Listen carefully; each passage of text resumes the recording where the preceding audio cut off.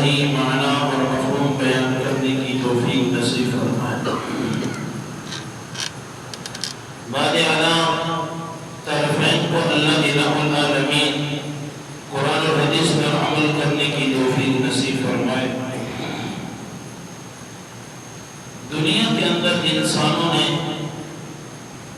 قرآن مقدس کو بھی پڑھا سنا، کچھ ایسے خوش نصیب ہیں جنہوں نے قرآن کو سمجھا بھی صحیح، کچھ ایسے ہیں جو مسلمان ہونے کے باوجود امت محمد رسول اللہ صلی اللہ علیہ وسلم میں داخل ہونے کے باوجود نہ قرآن کو سمجھ سکے نہ قرآن کو پڑھ سکے، یہ بد نصیبی ہے۔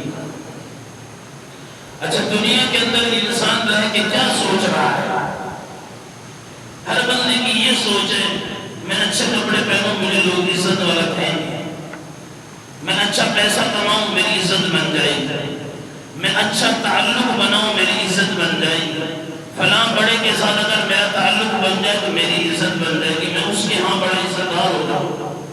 لوگ مختلف قسم کے سرٹیفکیٹ لے کے کارڈ لے کے بڑے بڑے لوگوں کے MLA فلاں فلاں بادشاہ وزیر صدر ان کے لے کے پھر رہے ہوتے، کیا ہے ہمارا تعلق ہے، لوگوں کو بڑے فخر سے پیش کرتے ہیں کہ ہمارا تعلق ہے، ہماری بڑی عزت ہے، بڑی شہرت ہے، بڑا تعلق ہے، ہمارا نام ہے۔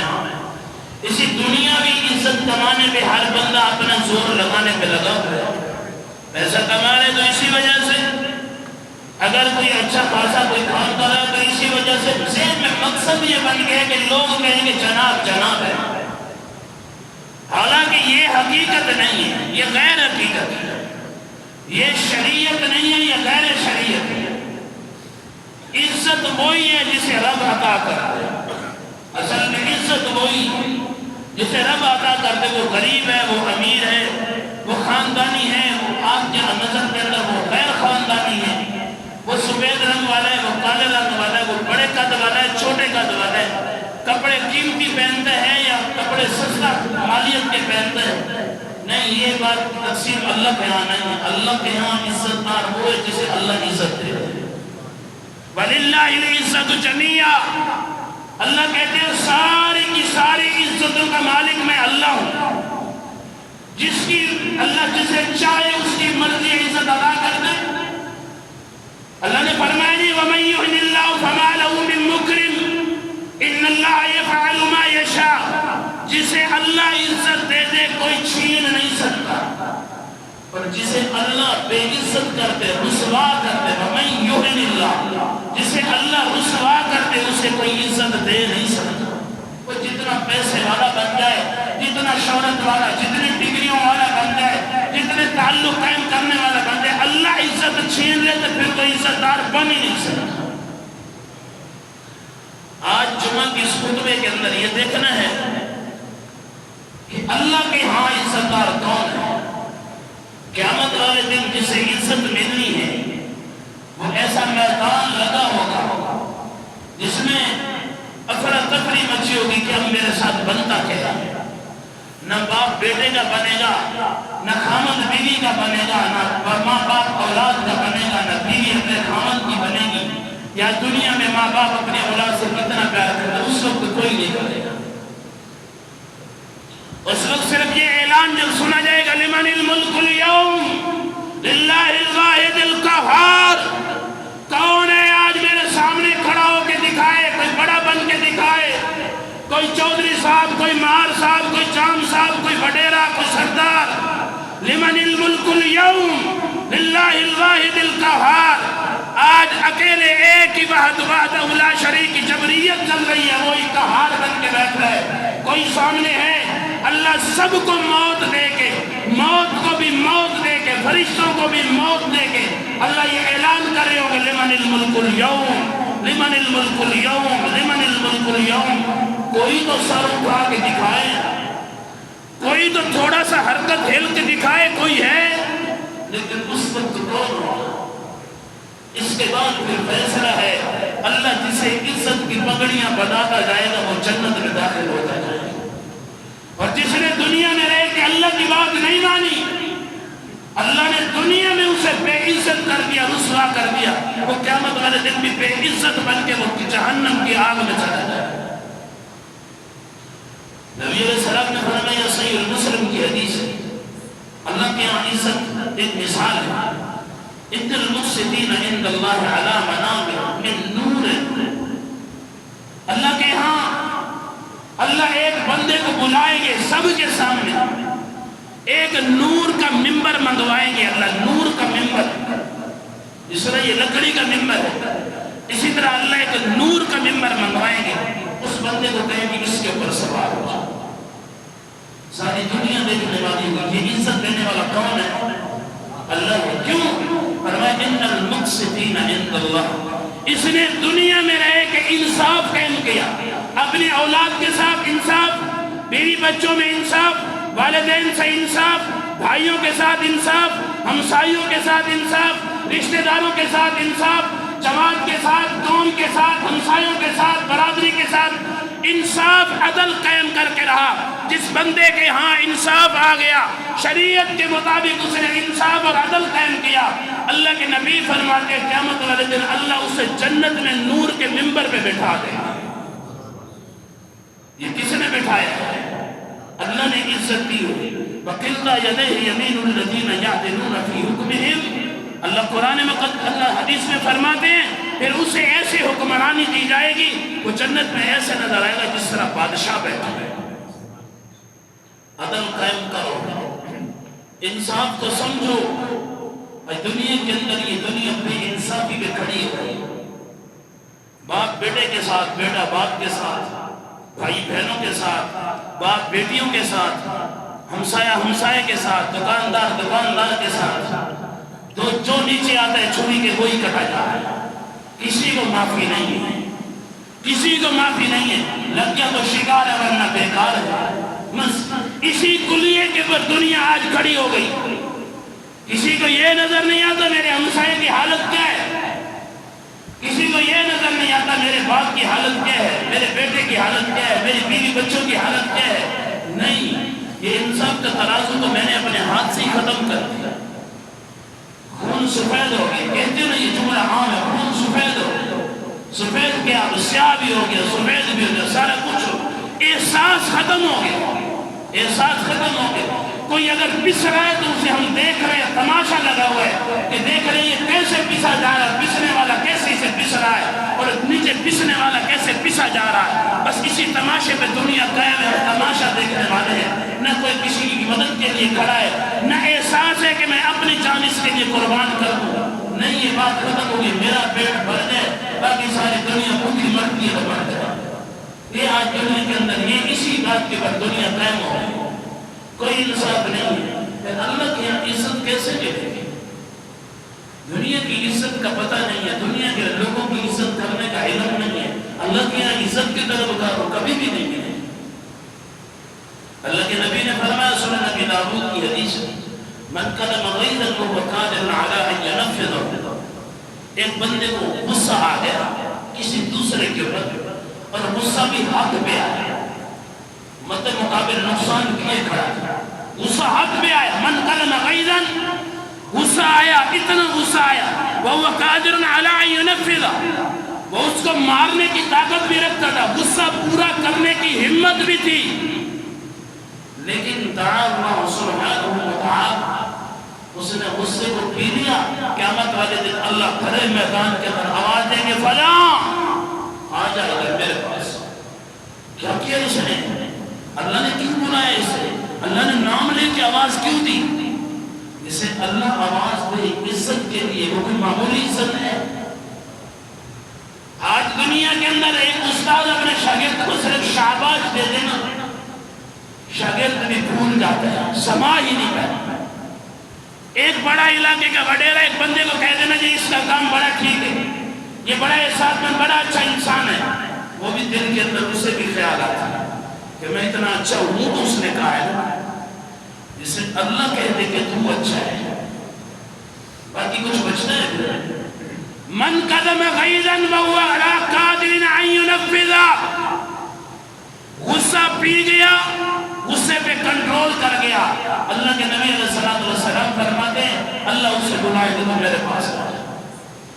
سارے بندے غور کریں گے اللہ اسے کیا کہتی ہے؟ فرمایا علی رؤوس الخلائق یوم القیامہ حتی یخیر من حورن، اللہ اس کا چہرہ پھیرے گی جنت کی طرف، فرمایا جتنی حوریں کھڑی ہیں ان میں سے ایک حور کو پکڑ اور جنت میں چلا جائے۔ غصہ کنٹرول کرنے کا یہ انعام ہے۔ جنت کی حور مل جائے تو سمجھو بندہ پکا جنت ہے۔ یہ عزت کس نے دی ہے؟ لیس الشدید بالسرعہ انما الشدید الذی یملک نفسہ عند الغضب، سید البخاری۔ اللہ کے نبی نے فرمایا وہ بندہ پہلوان نہیں ہے کسی کو پکڑے اور اٹھا کے زمین پہ مار دے اپنی طاقت کے بلبوتے، وہ پہلوان نہیں۔ لیس الشدید بالسرعہ انما الشدید الذی یملک نفسہ عند الغضب، غصے کے وقت جس نے اپنے آپ کو قابو کر لیا سب سے بڑا شریعت میں وہ پہلوان ہے۔ اسے میرا نبی پہلوان کہہ رہا ہے۔ پہلوان جسے والا، طاقت والا، ہمت والا، زور والا نہیں، اسے پہلوان شریعت نہیں کہا۔ شریعت پہلوان اسے کہتے جس نے غصے کو پکڑ لیا۔ جو غصے کو قابو نہیں کر سکتا سمجھو پھر غصے کو زیادہ غصہ طاقتور ہوگا۔ اس وجہ سے اللہ کے ہاں غصہ پی جانے والے کو بھی اللہ نے عزت دے۔ فرمایا من نفس عن قربت من نفس عن مومن قربت من قربت الدنیا، جس بندے نے دنیا کے اندر کسی مومن بندے کی تکلیف دور کر دی، رضائے الہی کی بات ہے۔ دنیا میں ریاکاری کے لیے نہیں، کسی کو پیسے دے دیے کسی کو پتہ نہ چلے، اس کی تنگی دور ہو جائے۔ کسی کو سامان لے دیا اس کی تنگی دور ہو جائے لیکن کسی کو پتہ نہ چلے۔ میں آخر میں بتاتا ہوں جن لوگوں نے کہا ہے کہ ہم دیتے اسی وجہ سے ہیں کہ تاکہ لوگوں کو بھی پتہ چلے کہ میں بھی سخی ہوں۔ ریاکاری، اللہ کے نبی علیہ السلام نے فرمایا جو بندہ دکھلاوے کی نماز پڑھے، دکھلاوے کا روزہ رکھے، دکھلاوے کی زکوٰۃ دے، دکھلاوے کا صدقہ کرے، دکھلاوے کی کوئی عبادت کرے، ملعونون علی لسان محمد صلی اللہ علیہ وسلم، اللہ کے نبی کی زبان سے اسے لعنتی بنا دیا۔ ہمارا تو ذہن ایسا خراب ہو گیا، ایسا خراب ہو گیا۔ میں نے کسی کو 10 روپے دینا، دیکھ رہا ہوں کہ 4 بندہ مجھے دیکھ رہے ہیں۔ اچھے لوگ بھی ہیں دنیا میں، اللہ سب کو اچھا بنا۔ سخاوت کرو، سخاوت کرو، انفاق فی سبیل اللہ کرو اللہ کے راستے، لیکن یہ نہیں ہے دے کے آیا اس کو پتہ نہیں ہے لیکن ادھر سے بتانا شروع کر دیا میں نے آج اس میں اتنا خرچ کر، آج میں نے مسجد میں اتنا خرچ کر دیا، اللہ کے نام پہ اتنا خرچ کر دیا، کر سب قبول ہو جائے گا؟ اور پہلے تو شاید ہو جاتا لیکن اب تو نہیں ہو، کیونکہ میرے نبی نے لعنتی کہہ دی، جسے میرے نبی لعنتی کہہ دے، ملعونون علی لسان محمد صلی اللہ علیہ وسلم، جس بندے نے ایسا عمل کیا کہ دنیا دیکھے، ایسا عمل کرتے ہو کہ دنیا واہ واہ کرے، ایسا عمل کرتے دنیا تجھے اچھے نام سے پکارے، اچھے نام سے پھر میرے محمد نے کہا کہ تم سے بڑا لعنتی کوئی نہیں۔ آؤ اللہ کے راستے میں دینا ہے تو اس ریاکاری والے شرک سے بھی بچ جاؤ، اللہ کے راستے میں کسی مومن کی تکلیف کو دور کرو۔ اللہ کے نبی نے فرمایا قیامت والے دن بہت بڑی تکلیف میں وہ بندہ ہوگا لیکن اللہ اس کی تکلیف دور کر کے کس کے بدلے میں اسے جنت دے گا۔ یہ عزت کس نے دی ہے؟ اللہ نے دی ہے، اللہ کے یہاں عزت دار ہے۔ نبی علیہ السلام نے فرمایا، مسلم کی حدیث ہے، بخاری میں بھی ہے، اذان دینے والا اذان دیتا ہے، المؤذن اطول الناس اعناقا یوم القیامہ، قیامت والے دن اس طرح لشکر ایک ریلا عوام کا جا رہا ہوگا، دیکھا جائے گا کہ ایک بندے کا قد جو ہے نا، قد سب سے اونچا ہے۔ پوچھنے والے نے پوچھا یہ کون سا بندہ ہے، اس کا قد سب سے اونچا کیوں ہے؟ فرمایا محمد رسول اللہ صلی اللہ علیہ وسلم کا امتی ہے اور اذان دینے والا مؤذن ہے، اللہ نے اس کا قد اونچا کر دیا۔ ہمارے ہاں اذان دینے کا کیا اصول ہے؟ مؤذن آلے اذان دے دیتا ہے، اللہ قبول کرتا ہے۔ شوق رکھا تو اتنا بڑا مقام ہے، لیکن ہمارے نماز پڑھنے کی کیا ترتیب ہے؟ امام صاحب کھڑے ہو گئے مصلی پہ، مکبر اقامت کے لیے تکبیر کے لیے 4 بندے کھڑے ہیں پیچھے، بس اس تک سلام پھیرا 1.5 صف کی رکھتے رہے ہیں، پیچھے 1.5 صفحے 2 صفحے پیچھے کسی کی 1 رکعت رہی ہوئی، کسی کی 2 رکعت. یہ عام طور پہ یہ بالاتفاق نہیں، عادتاً لوگوں نے عادت بنا لی ہے. فجر پہ دیکھ لو، ظہر پہ دیکھ لو، عصر، مغرب، عشاء پہ، ہر نماز پہ جس وقت اقامت ہوئی ہے 4 سے 5 بندے 6 بندے، بس عام حالت یہ ہے. سلام پھیر کے امام صاحب پیچھے دیکھے 2 صفوں کی رکھتے نہیں کریں، عادت بنا لی ہے. اب دیکھا یہ اذان کا ٹائم ہو گیا، اب دیکھو جماعت 15 منٹ رہتی ہے جی. 15 منٹ کے بعد بڑے بڑے نمازی ہمارے یہاں کے ہیں جن کی 1 رکعت کبھی ملتی ہے، کبھی 1 بھی پوری نہیں ملتی. انہوں نے عادت بنا لی ہے 5 نمازوں کے اندر پیچھے ہی رہتے ہیں. کیا نماز ہے یہ؟ کون سی عبادت ہے؟ اگر 10 منٹ پہلے آ جاؤ گے مسجد کے اندر گناہ مل جائے گا. اللہ کے نبی نے فرمایا، سنن ابی داؤد اٹھا، اللہ کے نبی نے فرمایا لا يرد الدعاء بین الاقامۃ والاذان. ایک وقت ایسا ہے اللہ کے ہاں جائز دعا جو بھی مانگ لو اللہ رد نہیں کرتا، قبول کر لیتا. اب آ کے کہتے دونوں جی دعائیں مانگ کے تھک گئے ہیں، دعا قبول ہی نہیں ہوتی. لے جاؤ یہ وظیفہ اللہ کے نبی نے بتایا. اذان ہو گئی، اذان کے بعد عمومی ہماری مسجد میں 15 منٹ وقفہ یا 10 منٹ، یہ فجر کی نماز کے بعد آدھا گھنٹہ وقفہ. اس اذان اور اقامت کے درمیان جتنا وقفہ ہے، 10 منٹ کا، 15 منٹ کا، 20 منٹ کا، جتنا وقفہ ہے، اس وقفے کے اندر میرے نبی نے فرمایا لا يرد الدعاء بین الاقامۃ والاذان. اقامت اور اذان کے درمیان جس بندے نے ہاتھ اٹھا کے دعا مانگ لی اللہ رد نہیں کریں گے، دعا قبول ہو. لیکن ہم آئیں گے جس سے 2 رکعتیں ہو جائیں گی تو دعا ہماری کیسی قبول ہوگی؟ ہم نے دعا مانگنے کے لیے ارادہ ہی نہیں کیا، ہمیں ٹائم ہی نہیں ملا تو ہم نے دعا کیا مانگی. پھر ہم نے کہنا تو ہے نا کہ بیماری آگے دور نہیں ہوتی، مصیبت ہے، رزق ختم ہو گیا، بے روزگاری ہے، دکانداری پہ کاروبار نہیں ہے، کسی نے تعویذ کر کے دکان بند کر دی، ساتھ والے نے تعویذ کر کے دکانداری بند کر دی. ایسا علم پڑا ہے، اللہ نعوذ باللہ کمزور ہو گیا، وہ رزق دینے والا کمزور ہو گیا، تیرے تعویذ والا طاقتور ہو گیا، اللہ سے زیادہ ہو گیا. انسان کو سوچنا چاہیے کہ اللہ کے بارے میں تمہارا کیا عقیدہ ہے. تعویذوں نے اللہ کو نعوذ باللہ بند کر دیا. رزق دینے والا کون ہے؟ بولو، رزق دینے والا کون ہے؟ اللہ رزق دینا چاہتا ہے، تعویذ نے رزق بند کر دیا. اللہ رزق دینا چاہتا ہے، بابے نے رزق بند کر دیا. اللہ رزق دینا چاہتا ہے، حکے کا پانی پاڑ کے دکانوں پہ پھینکنے سے رزق بند ہو. اللہ کمزور ہوا نا، پھر یہ بابے پھر مضبوط ہوئے، شاذور ہوئے، طاقتور ہوئے. اللہ نعوذ باللہ کمزور ہوا، یہ تعویذ طاقتور بن گئے. کیسی سوچ ہے انسانوں کی؟ اللہ ہمیشہ سے ابد سے ازل تک، ازل سے ابد تک یہ ہمیشہ ہی شاذور ہے، شاذور رہے گا. وہ طاقت والے اس کے سامنے اللہ فرماتے وہ لکھے ہوئے دعا یہ سامنے پڑھ لو. اللہم لا مانع لما آتیت ولا موتی لما منعت ولا ينفع ذا الجد منک الجد. ہر نماز کے بعد یہ پڑھی جاتی ہے، سارے یاد کر لو. اللہ جس سے تو روک دے کوئی عطا نہیں کر سکتا. اللہ جس سے تو عطا کر دے کوئی روک سکتا. میرے نبی کی حدیث ہے، یا اس حدیث کو نعوذ باللہ جھوٹا کہو یا پھر بابوں کو جھوٹا کہو، یا اس حدیث کو جھوٹا کہو یا پھر تعویذوں کو یا دم کو جھوٹا کہو. نبی کی حدیث کبھی جھوٹی نہیں ہو سکتی. جو نبی کی حدیث کو جھوٹا کہے اللہ اس کی زبان بند کر دے.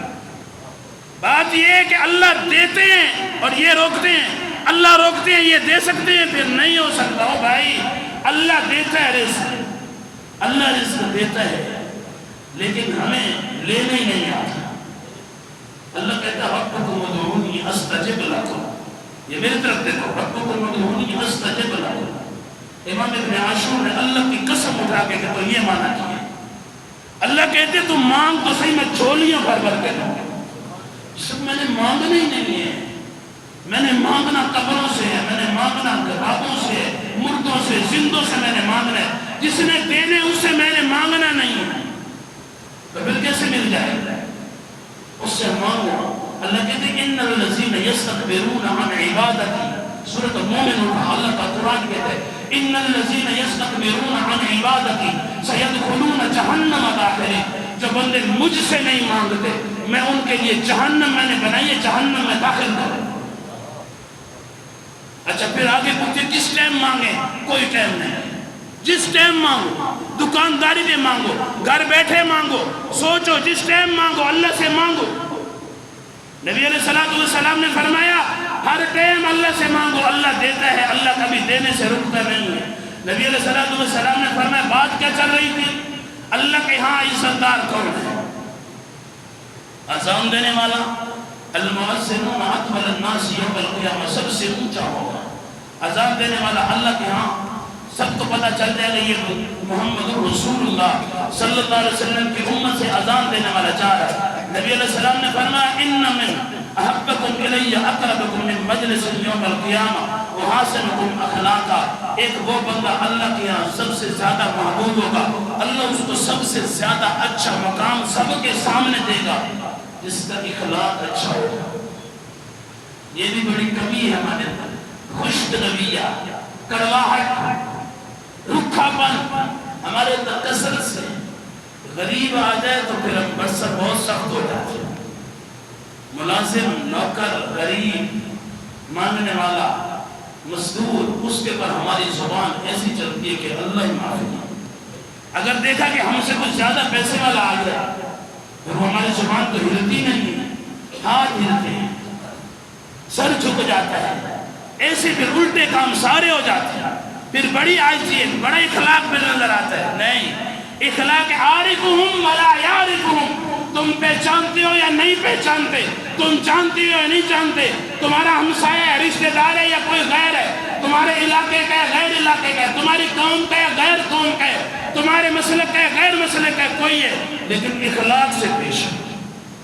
اللہ کو قرآن کیا کہتا ہے؟ میرا نبی ادعو الی سبیل ربک بالحکمۃ والموعظۃ الحسنہ وجادلہم باللتی ہی احسن۔ اگر کسی سے مناظرہ بھی کرنا ہے تو اخلاق کے ساتھ، کسی کو اپنے دین کی طرف بلانا ہے تو اخلاق کے ساتھ۔ ایک بات اگر میری غلطی پہ میری کسی نے غلطی کے پر انگلی اٹھائی ہے، بس میں نے تو لال پیلا ہوتا میرے پر انگلی کیوں اٹھ رہی ہے؟ میں غلطی پر بھی تھا لیکن میں نے قبول ہی نہیں کی۔ یہ ہمارا یہ دنیا کا اصول یہ چل رہا ہے، جھوٹے کو جھوٹا نہ کہو، سچے کو سچا کہو تب عذاب، جھوٹے کو جھوٹا کہو تب عذاب۔ کیسا اصول ہے، کیسا یہ رویہ ہے؟ یہ تماشا بنا ہوا ہے، غلط بات ہے۔ اخلاق سے پیش آ، مزاج اپنا میٹھا پیش آ، کڑواہٹ اور رکھے پن سے ختم ہو جا، دنیا تم سے دور ہو چکی۔ اللہ نے قرآن میں فرمایا میرا نبی اگر تیرے اخلاق میں کمی آ جاتی لنفضوا من حولک، یہ تیرے ارد گرد جتنے بیٹھے یہ سارے دوڑ جاتے ہیں۔ یہ نبی کے بارے میں اللہ قرآن میں کہا ہے۔ اللہ نے نبی کو تو اخلاق کا پیکر بنایا ہے، اور اب قرآن کہتا ہے کہ نبی اخلاق، اعلیٰ اخلاق کے مالک ہے، لیکن آیا کہ ہم نے نبی کی کتنی بات مانی؟ ہمارا اخلاق اچھا ہے؟ ہماری گفتگو میں مٹھاس ہے یا زہر بھرا ہوا ہے؟ ہمارے سوال و جواب کے اندر مٹھاس ہے یا زہر بھرا؟ جب ہم نے زہر ہی اگلنا ہے تو ہمارے قریب کون آئے؟ گھر کے بچے، بیوی بچے بھی کہتے ہیں اللہ تعالیٰ چل سے بھرنا ہے، اللہ تعالیٰ جناب کرنا ہے، تو رات کو کوئی مہمان ہمیں لے جائے، گھر سے تو پہل ہے۔ ایسا اخلاق پیش نہ کیے گا، ایسا اخلاق پیش کرو کہ گھر سے باہر نکلو سارے پریشان ہو جائے، کیوں جا رہے ہیں؟ اولاد تنگ ہے، بیوی تنگ ہے، ہمسائے تنگ ہے، رشتہ دار تنگ ہے، مسجد میں جماعتی تنگ ہے۔ ایسا اخلاق اللہ کو نہیں چاہیے۔ ایسے اخلاق کے بارے میں تو اللہ کے نبی نے فرمایا اس بندے کی دعا قبول نہیں ہوتی جس بندے کی بیوی بد اخلاق ہے۔ جس بندے کی بیوی بد اخلاق ہے اور وہ بندہ اپنی اس بیوی کو طلاق نہیں دیتا، وہ بندہ دعا کرے قبول نہیں ہو سکتا۔ یہ میرے نبی کا فرمان ہے۔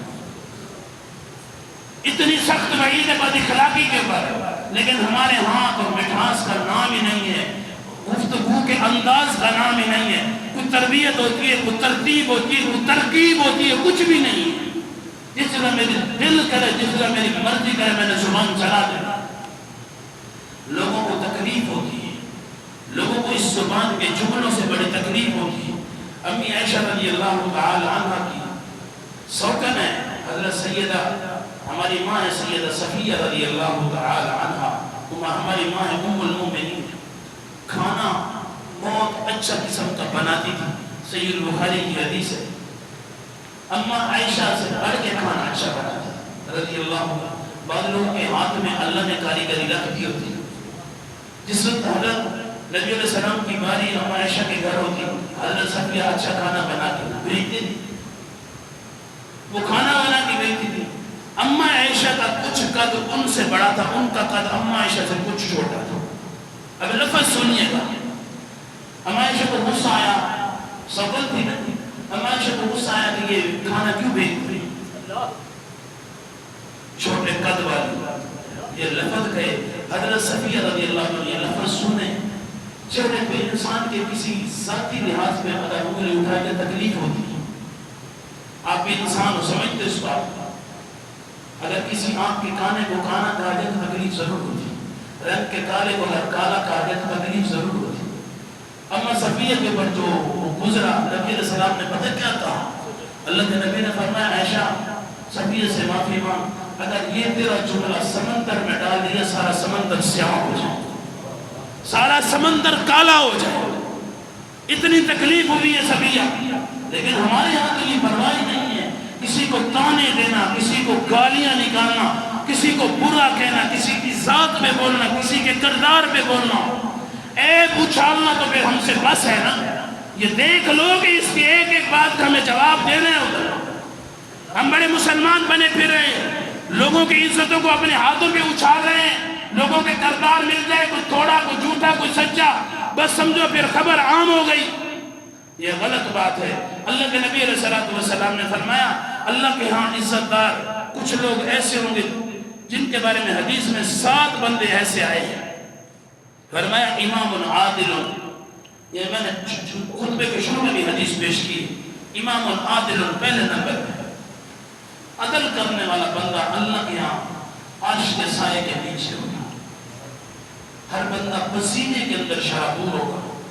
حدیث کے لفظ ہے, صحیح البخاری اٹھا کے دیکھو, حدیث کے لفظ ہے ہر بندہ اپنے گناہوں کے مطابق پسینے میں ڈوبا ہوا, کوئی پیروں تک, کوئی گھٹنوں تک, کوئی ٹخنوں تک, کوئی ناف تک, کوئی گردن تک, پسینے کے اندر گوتیاں مل رہی ہیں. اس دوران اس مشکل وقت کے اندر وہ بندے ہوئے جنہیں 7 ایسے بندے ہوئے جنہیں اللہ عرش کا سایہ نصیب کر دے. گرمی ہوگی, سورج سر پہ ہوگا, زمین تانبے کی ہوگی, پریشانی ہوگی, ہے اللہ جلدی حساب کر, جہنمی ہے تو جہنمی بنا دے, جنتی ہے تو جنتی بنا دے, اس عذاب سے تو نکال.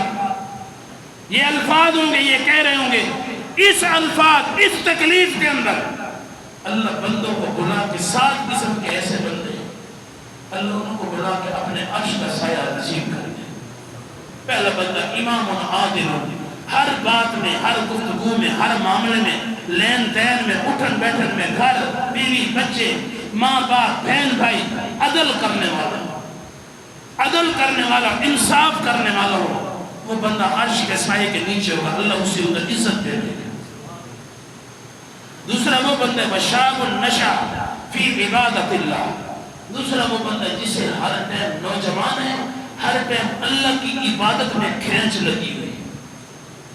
ہر بندہ القلب معلق فی المساجد, دل جو ہے وہ مسجد کی طرف کھینچ مارتا ہے, لٹکا ہوا مسجد میں. فجر پڑھیے, ظہر کا فکر لگا, ظہر پڑھیے, عصر کا فکر, عصر پڑھیے, مغرب کا فکر, مغرب پڑھیے, عشاء کا فکر لگا ہوا ہے. اللہ ایسے بندے کو بھی عرش کا سایہ نصیب کرنا ہے. لیکن یہ بات بڑی مشکل ہے, مساجد کی طرف ہمارا رخ نہیں ہوتا. اب دیکھ لو دنیا کے اندر کیا کیفیت بنی ہوئی. سیلاب زدگان پریشان ہیں, گھر سارے غیر آباد ہو گئے, زمینیں تباہ ہو گئی, فصلیں تباہ ہو گئی, مال تباہ ہو گئے, لوگوں کی جانوں کو نقصان ملے, لیکن مساجد پھر بھی خالی, مساجد خالی ہیں.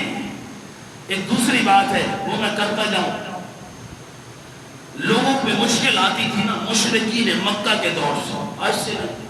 مشرکین مکہ اذا رکبوا فی الفلک دعوا اللہ مخلصین, اللہ کا قرآن کہتا ہے جس وقت لوگ کشتی پہ سوار ہوتے تھے, کشتی پہ طوفان آ جاتا تھا, لوگ کچھ اللہ کو بلاتے تھے, کچھ کہتے تھے یا لات, یا منات, یا حبل, یا فلاں, یا فلاں, اپنے بتوں کو, اپنے پیروں کو بلاتے تھے, لیکن وہ غرق ہو جاتے تھے, اللہ تباہ کرتے تھے. اگر یہ سیلاب جو آیا ہے, آتا رہتا ہے, چلتا آ رہا ہے نظام، آج سے نہیں، دنیا جب سے بنی ہے یہ سیلابوں کے نظام ہے۔ تاریخ اٹھا کے دیکھو، تفاسیر اٹھا کے دیکھو، قرآن بھی کہتا ہے یہ سیلاب آتے ہیں، آتے رہتے ہیں، آتے رہیں گے۔ اللہ کی طرف سے آزمائشی ہے، بارش کرتے زیادہ آ جانا، بے موسمی بارش کا آنا اللہ کا عذاب ہے۔ اگر یہ دربار جتنے ان سیلابوں کے اندر اللہ نے بہا دیے، کتنے دربار جن کا نقصان ہوا ہے، اگر یہ نہ بہتے لوگوں کا اللہ سے بالکل یقین ختم ہو جاتا۔ اللہ نے اس وجہ سے ان درباروں پہ پانی ڈالا ہے، ان درباروں کو ختم کیا، لوگوں کو پتہ چل جائے یہ بابے کچھ نہیں کر سکتے۔ کرنے والا کون ہے؟ کون کرنے والا ہے؟ اگر کوئی کسی کو بچا سکتا، لوگوں کے عقائد، لوگوں کے نظریات، لوگوں کے تخیلات، تصورات، یہ بڑے کرنے والے ہیں، یہ سیلاب روک لیتے ہیں، یہ بم دھماکے روک لیتے ہیں۔ 1965 کی جنگ کے اندر انہوں نے بڑے بم پکڑے اور اپنے سبز چولے کے اندر ڈال لیے۔ رب کا واسطہ ہے، قرآن اٹھا کے دیکھ لو، یہ درباریں، یہ آستانے، یہ ولی، یہ اولیاء اللہ ہے، ہم تو ان کے غلام ہیں، ہم ان کو ماننے والے ہیں۔ اولیاء اللہ کو ماننا شریعت کے تھی، لیکن اولیاء الرحمن کو مانتے ہیں، اولیاء الشیطان کو ہم نہیں مانتے۔ یہ اولیاء الشیطان یہ کہتے ہیں اللہ کو چھوڑ دو، ہمارے سامنے سجدے کرو، یہ بتلا کے گئے ہیں ہمارے آستانوں پہ نظریں چڑھاؤ، منتے منوتیاں ادھر آ کے دو۔ ایسے کرنے والے اللہ نے سبق بتلا دیا کہ یہ لے لو، یہ جا رہے ہیں قبرستان جا رہے ہیں، یہ درباریں بہی جا رہی ہیں، ان کو سیلاب لے کے دریاؤں میں جا رہا ہے، یہ کچھ نہیں کر سکتے۔ جو اپنے آپ کو نہیں بچا سکتا وہ تمہارا کیا کر سکتا ہے؟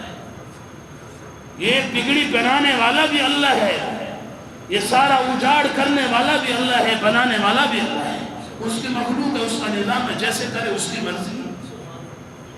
تو کیا فرمایا؟ نماز، عبادت، مسجد کی طرح اپنا رخ بناؤ۔ تیسرا وہ بندہ ہے وَرَجُلَانِ تَحَابَا فِي اللَّهِ اجْتَمَعَ عَلَيْهِ وَتَفَرَّقَا عَلَيْهِ۔ دو بندوں کی آپس میں بڑی دوستی تھی، اس وجہ سے کہ اللہ راضی ہو جائے۔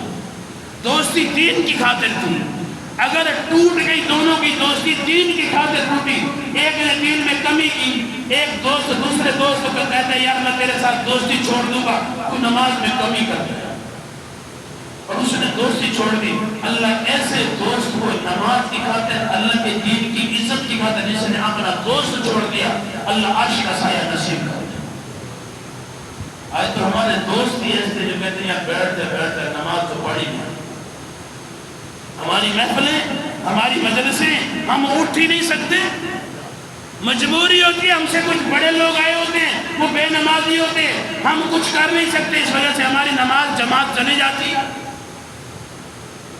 آگے ایک دو اور بندہ، اللہ کے نبی علیہ السلام نے فرمایا وَرَجُلٌ دَعَتْ عِمْرَأَةٌ ذَاتَ مَنْصَبٍ وَجَمَالٍ فَقَالَ إِنِّي أَخَافُ اللَّهَ۔ ایک حسین جمیل ذات منصب و جمال خاندانی عورت نے کسی نوجوان کو زنا کے لیے دعوت دی، دعت عمرہ، اس نوجوان نے کہا انی اخاف اللہ، مجھے اللہ کا ڈر ہے۔ نوجوانوں، مسلمانوں، انی اخاف اللہ، حرام سے کوئی حرام کام سامنے آ جائے کیا کہنا ہے؟ انی اخاف اللہ، اللہ کا ڈر ہے۔ یہ جملہ دل سے کہہ کے دیکھو، انی اخاف اللہ، مجھے اللہ کا ڈر ہے، میں یہ حرام کام نہیں کرتا۔ اللہ کہتے ہیں سارا منظر دھوپ پہ چل رہا ہوگا لیکن اس بندے کو، غیرت مند بندے کو میں عرش کا سایہ نصیب کروں۔ یہ عزت ہے اللہ کی، اللہ عزت دے گا۔ فرمایا وَرَجُلٌ تَصَدَّقَ بِصَدَقَةٍ أَخْفَاهَا حَتَّى لَا تَعْلَمَ بِشِمَالِهِ، ایسا بندہ جس نے دائیں ہاتھ سے صدقہ دیا اور بائیں ہاتھ کو پتہ نہ چلا، اس نیت سے کہ ریاکاری نہ ہو جائے، ایسے بندے کو بھی اللہ عرش کا سایہ نصیب کرے۔ اور وہ بندہ اللہ کے نبی نے وَرَجُلٌ ذِكْرًا خَالِيًا فَفَاضَتْ عَيْنَاهُ، جس وقت دیکھتا ہے کہ مسجد خالی ہو گئی، میرا گھر خالی ہے، رات کو سارے سو گئے ہیں، اٹھتا ہے آرام سے وضو کرتا ہے، اللہ کے سامنے فَفَاضَتْ عَيْنَاهُ، آنکھیں بہانا شروع کر دے، اللہ معاف کرتا ہے۔ یہ خوش نصیبی اللہ ہر کسی کو نصیب کرتا ہے۔ بڑا مشکل ہو گیا جس نے آدھی رات تک، پوری رات تک، جس نے ساری رات موبائل چلانا ہے، اس اس نے تہجد نہ پڑھنی، اس کے لیے تو فجر کی نماز جماعت کے ساتھ ہی مشکل ہو۔ نیند اللہ کے نبی نے فرمایا عشاء پڑھ کے فوراً سو جاؤ۔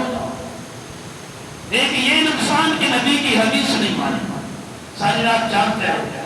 دوسرا یہ نقصان کہ صحت، آنکھیں بھی کمزور، دماغ بھی کمزور، کچھ ایسے معاملات موبائل میں دیکھ لیے جس سے انسان گناہ پہ تل آیا۔ اللہ کے نبی نے فرمایا نا وہ بندہ قیامت والے دن آئے گا بِأَعْمَالٍ كَجِبَالِ تِحَامَةٍ، تِحامہ پہاڑ جتنی چوٹیوں جتنے اعمال لے کے آئے گا، کَحَبَاءً مَنْصُورًا، اللہ سارے ہواؤں میں اڑا دے گا، ختم کر دے گا۔ نبی علیہ السلام سے صحابہ نے پوچھا یا رسول اللہ اتنی نیکیاں کہ ایک پہاڑ جتنی نیکیاں لے کے آئے گا، اللہ کیوں ختم کر دے گا؟ فرمایا اِذَا خَلَوْا بِمَحَارِمِ اللَّهِ، صحیح البخاری، اِذَا خَلَوْا بِمَحَارِمِ اللَّهِ، جب علیحدہ ہوتا تھا نہ دیکھتا تھا کوئی مجھے نہیں دیکھ رہا، اس وقت حرام کام کرنا شروع کر دیا۔ اپنی تنہائی کو ٹھیک کرو، اپنی تنہائیاں، اپنی علیحدگیاں پاک کرو۔ علیحدگی کے اندر، تنہائی کے اندر گناہ کرنا شروع کر دیتا، اللہ نے سارے عمل تباہ کر کے رکھے۔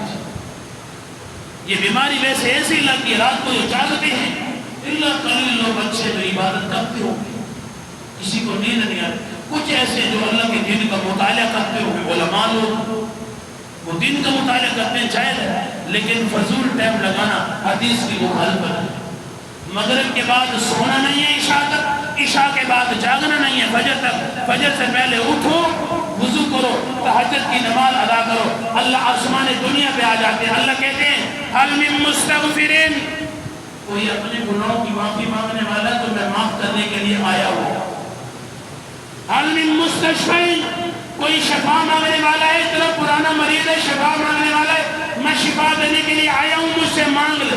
هل من مستولد، کوئی بے اولاد مانگنے والا تو آ جاؤ میں دینے آیا ہوں، لے لو مجھ سے۔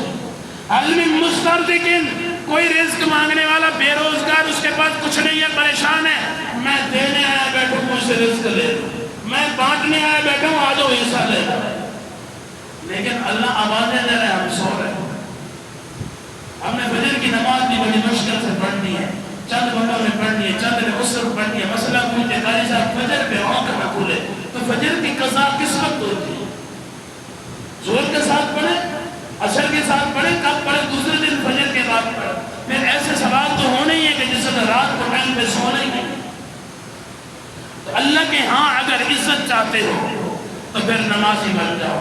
اللہ کے ہاں عزت چاہتے ہو، جس طرح اللہ نے قرآن میں فرمایا نا من حافظ علیہا کانت لہ نورا و برہانا و نجاتا من النار، جس بندے نے نماز کی حفاظت کر لی، من حافظ علیہا کانت لہ نورا، قیامت والے دن نور ہوگا، و برہانا جنت میں جانے کی دلیل ہوگی، و نجاتا من النار جہنم سے چھٹکارے کا پیمانہ ہوگا۔ فرمایا من لم یحافظ صلاۃ، جس نے نماز کی حفاظت نہ کی، فرمایا ولکن لہ نورا ولا نجاتا ولا برہانا وکان یوم القیامت مع قارون و فرعون و حامان و شداد، پھر بے نمازی نماز کی حفاظت نہ کرنے والا قیامت والے دن شداد کے ساتھ، فرعون کے ساتھ، حامان کے ساتھ، جو بڑے بڑے اللہ کے مجرم ہیں، پھر بے نمازی ان کے ساتھ ہوگا۔ پھر یہ اللہ کے مجرم جہنم میں جائیں گے، یہ جنت میں نہیں جائیں گے، تو اللہ کے دشمن ہیں، اللہ انہیں جہنم کی سب سے بری وادیوں میں پھینکے گا۔ پھر بے نمازی بھی میرے نبی نے فرمایا انہی کے ساتھ چلا۔ آج دنیا کے اندر فجر کی پڑھ لی، باقی چھوڑ دی، اپنی مرضی ہے، دن کی مرضی تو چلنی نہیں، اللہ کی مرضی کو تو ہم نے کبھی مانا ہی نہیں۔ فجر کی پڑھی باقی چھوڑ دی، ظہر عصر پڑھ لی باقی چھوڑ دی، مغرب پڑھ لی باقی چھوڑ دی، چار پڑھ لی، ایک نہ پڑھی، نماز ایک بھی نہیں ہوتی۔ اللہ نے 5 کہی ہے، 5 پڑھنی پڑی، 4 میں نے پڑھ لی، 5 ہی پڑھنے کو دل نہیں کرتا۔ تیرے دل کی مرضی نہیں چلے گی، مرضی کس سے چلے گی؟ اللہ کی چلے گی، 5 پڑھنی پڑے گی۔ اس وجہ سے اگر اللہ کے ہاں عزت چاہتے ہو شریعت پہ آ جاؤ، اللہ کے ہاں عزت چاہتے ہو نمازی بن جاؤ، اللہ کے ہاں عزت چاہتے ہو سچے بن جاؤ، جھوٹ سے بچ جاؤ، اللہ کے ہاں عزت دار بننا چاہتے ہو دین حق پہ آ جاؤ، قرآن تھما لو، محمد کا فرمان تھما لو صلی اللہ علیہ وسلم، دنیا میں بھی عزت مل جائے گی، آخرت میں بھی عزت مل جائے گی۔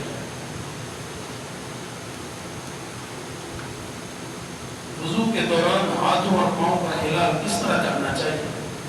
حدیث کے اندر ہاتھوں اور پاؤں کا ہلال جو ہے، بس جس تک انسان پہلی دفعہ ہاتھ دھوتا ہے وضو کے، بس انگلیوں کو ہی پھیر لینا.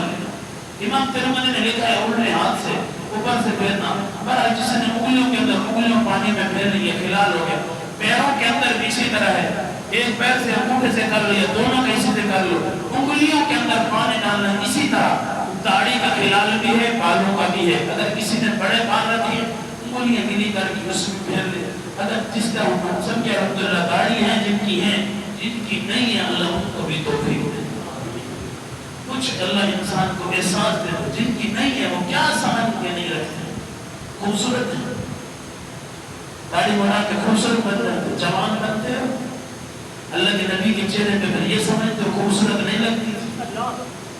اللہ نے فرمایا, امام ابن عاشور نے تحریر میں فرمایا, اللہ قیامت والے دن اپنے نبی کو اپنے سامنے کر یہ داڑھی مڑانے والے کو اللہ بلائے گا.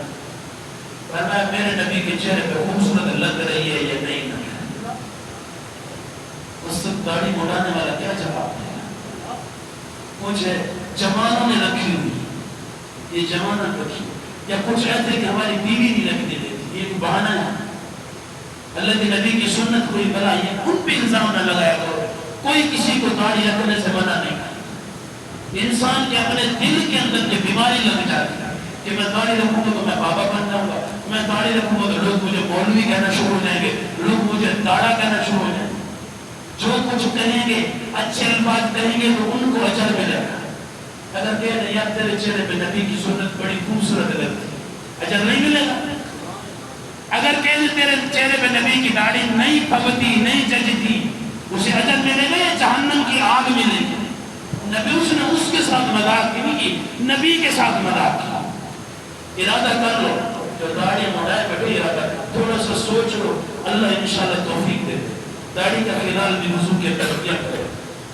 لڑکی کے عقیقے کے لیے ایک بکرا اور لڑکے کے عقیقے کے لیے 2 بکرے تھے. بعض لوگ کہتے ہیں کہ لڑکے کا عقیقے میں 1 بکرے سے ہو جاتا ہے. اس کے بارے میں تفصیل بتائیں, حدیث میں نہیں آیا. اگر بچی پیدا ہوتی ہے تو اس کے عقیقے کے لیے 1 بکری یا بکرا ذبح کیا جائے. اگر بچہ پیدا ہوتا ہے تو اس کے عقیقے کے لیے 2 بکرے یا 2 بکریاں ذبح کی جائیں یا 2 دودھے ذبح کیے جائیں گے جانور. لیکن بچے کے لیے 1 بکرے والی کوئی صحیح حدیث ہمیں آج تک نہیں ملی. اگر کسی کے پاس ہے تو مجھے دکھا دے. صحیح حدیث کوئی نہیں ہے. بچے کے لیے 2 بکرے ہی ہوں گے, بچی کے لیے 1 بکرا ہوگا. بعض لوگ کہتے ہیں عقیقے کے لیے بکرے کا 2 دانت ہونا ضروری ہے. اس کے بارے میں پتہ نہیں. قربانی کے جانور کے لیے 2 دانت ہونا فرض ہے, واجب ہے. لیکن عقیقے کے لیے صحت مند جانور ہونا لازمی ہے. وہ بھی عقیقے کا جو جانور ہوتا ہے وہ بھی صدقہ ہوتا ہے, تقسیم کرنا ہوتا ہے یا اپنے گھر نہیں رکھنا ہوتا. اچھا جانور لے کے اللہ کے نام پہ تقسیم کریں. یہ کیا ہوتا ہے, اب عقیقہ تو مرتا ہے نہ کوئی. عقیقہ بچے کی طرف سے یعنی بچہ گروی ہوتا ہے, عقیقہ دینے سے اس کی گروی ختم ہو جاتی ہے. اللہ کے یہ گروی ہوتا ہے. اللہ سب کو توفیق دے اور توفیق خدا بندی کا سنت محمد رسول اللہ صلی اللہ علیہ وسلم اللہ نصیب فرمائے. اللہ احکام اللہ سمجھنے کے اس کے مطابق اللہ زندگی گزارنے کی توفیق نصیب فرمائے.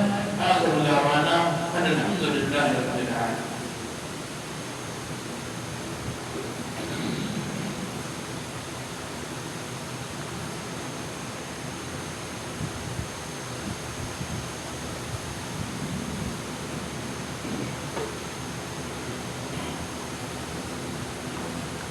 إن الحمد لله والصلاة والسلام على رسوله محمد المقام السلام. أما بعد فأعوذ بالله السميع العليم من الشيطان الرجيم. بسم الله الرحمن الرحيم. يا أيها النفس المطمئنة ارجعي إلى ربك راضية مرضية فادخلي في عبادي وادخلي جنتي. قال النبي صلى الله عليه وسلم من تمسك بسنتي فهو مني ومن أعظم سنتي فليس مني. بارك الله لنا ولكم في القرآن العظيم. أيها المسلمون اتقوا الله, فروا إلى الله, أخبطوا لله, أقسموا لله, أشكروا لله, أقسموا لله, أقسموا ذكر حاجب من الزهد من الموت. إياكم وتركوا إياكم والمحدثات فإن كل محدثة بدعة كل بدعة ضلالة كل ضلالة في النار. ما بعد الدنيا إن الجنة في النار. فلا تجعلنا اللهم شر خلفهم فلتجمعهم بعد بينهم. زلزل الدار ومكرم عليهم ربنا السلام عليكم أعدائك من المشركين والمنافقين والمبتدئين من الكفار الغربيين والشرقيين من الأمارقة من الأبارقة من الجبابرة أولئك والكفرة